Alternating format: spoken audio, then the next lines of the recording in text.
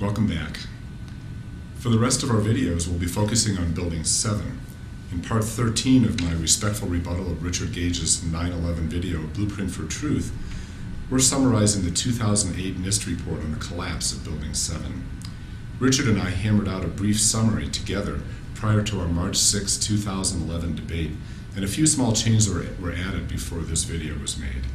This is similar to a stipulation in a courtroom where both sides agree to certain facts in advance so they don't have to waste time fighting about it in a courtroom. Here we both stipulated to what NIST said regarding the collapse of Building 7 on 9/11, so everyone could better understand what we've been debating about. I told Richard that in our debate I didn't want to just parrot the official story of Building 7 as presented by NIST, but to advocate for some kind of natural collapse scenario. Since NIST did not really analyze the details of the collapses themselves, there really isn't an official story after the collapse begins anyway. I've also found out that there are some minor differences of opinion among some scientists and scientific organizations about exactly what happened in Building 7 behind that perimeter wall. The consensus I've found among scientific people who are dissenters is that they agree 95 to 97 or 99% with NIST, and then they hypothesize a few details about the collapse itself and propose a few variations on the NIST collapse initiation theory.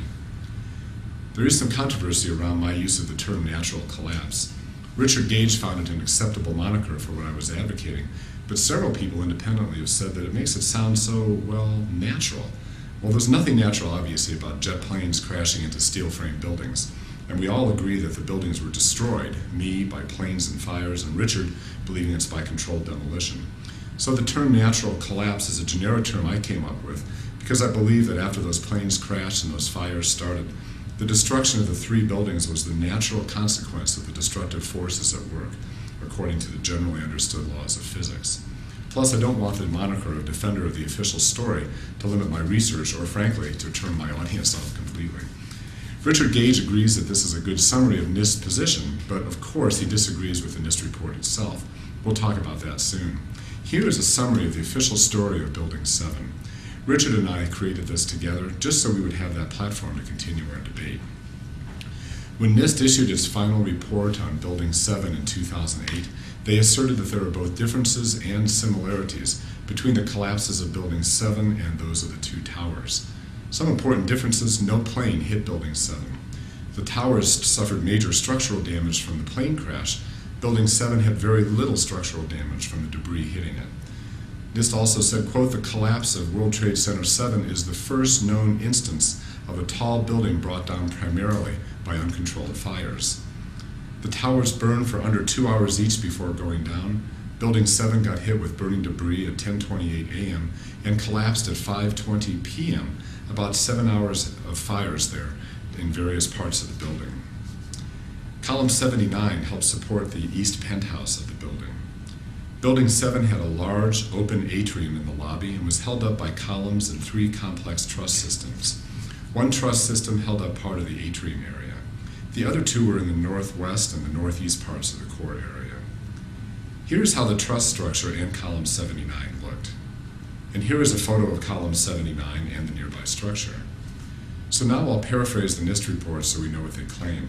That fire was the main reason for the collapse, along with lack of water to fight the fire. Fires burned all afternoon. Shortly after noon, there were fires at the southwest corners of 19th, 22nd, 29th, and 30th floors. Separate fires in World Trade Center 7 broke out on different floors, most notably on floors 7 to 9 and 11 to 13. Firefighters reported large gashes and fires in the south face of Building 7, but NIST says there was not much structural damage. Building 7 collapsed because heat expanded the floor beams and girders, and their unusual length magnified that effect. Also, connections between structural elements that could not resist the heated loads, and a structure not designed to prevent fire-induced progressive collapse. The north perimeter showed fires on only a few floors, but NIST claims the fires initiated on the side which was hit with burning debris. A girder on floor 13 lost its connection to a critical column, column 79, which provided support for the long floor spans on the east side of the building. The displaced girder caused floor 13 to collapse. Floor failures cascaded to the 5th floor. This collapse weakened column 79 over 9 stories. Column 79 then buckled and triggered an upward progression of floor system failures that reached the building's east penthouse. Failure first occurred all the way to the roof line, involving all three interior columns on the easternmost side of the building, 79, 80, and 81. Then all of the columns east to west failed in the core of the building, 58 through 78, that reached the building's east penthouse. And finally, the entire building above the buckled column region then moved downward. That series of structural failures was mostly invisible, with the east penthouse as seen as collapsing first, then around 7 seconds of nothing really visible on the north face. This is the video NIST used to determine the rate of collapse of the north perimeter wall, Building 7. As evidence of the complete collapse of the penthouse and the structure during those 7 seconds, NIST shows this picture of light shining through the windows right after the east penthouse disappeared from view. Important to the controlled demolition theory advocated by Richard Gage is NIST's statement that the building's exterior facade fell slowly at first in stage 1 of this diagram, then in stage 2 at gravitational acceleration, according to NIST, for 2.25 seconds through a distance of approximately 8 stories, 32 meters or 105 feet, then slower than gravitational acceleration again during stage 3 of the collapse. NIST did one computer simulation of what an explosive demolition would have looked like. They say it would have caused many more broken windows, much louder sounds, and a different pattern of destruction.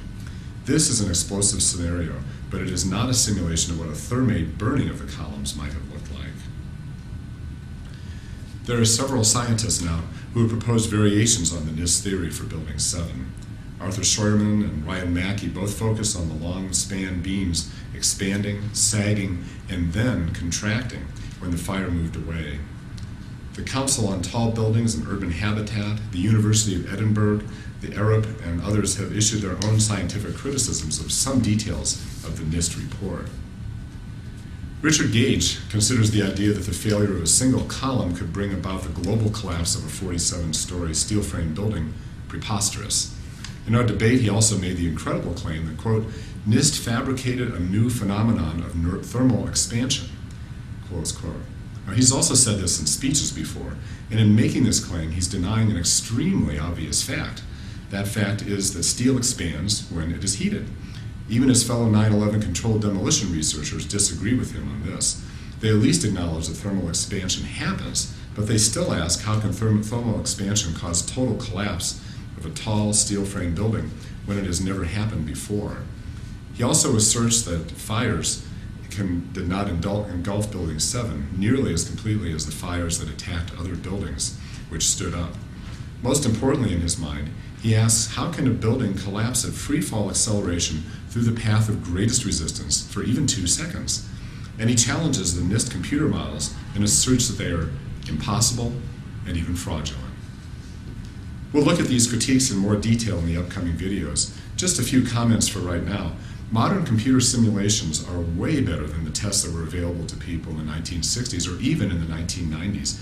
In fact, these simulations were oftentimes being developed just to make it possible for NIST to do their research on the collapse of these 3 buildings. We're just getting good enough to begin to account for all the many variables in a large building collapse, especially when the collapse begins behind a standing facade and the mechanism of the collapse is therefore almost invisible. The NIST final report of 2008 is one of 6 natural collapse theories for Building 7 I have found. 3 others have variations on NIST theories, so I don't take the specifics of NIST as gospel. Behavior of long struts and fires is relatively new. These long struts are designed to allow for maximum open space to rent and for visual attractiveness in places like the atrium.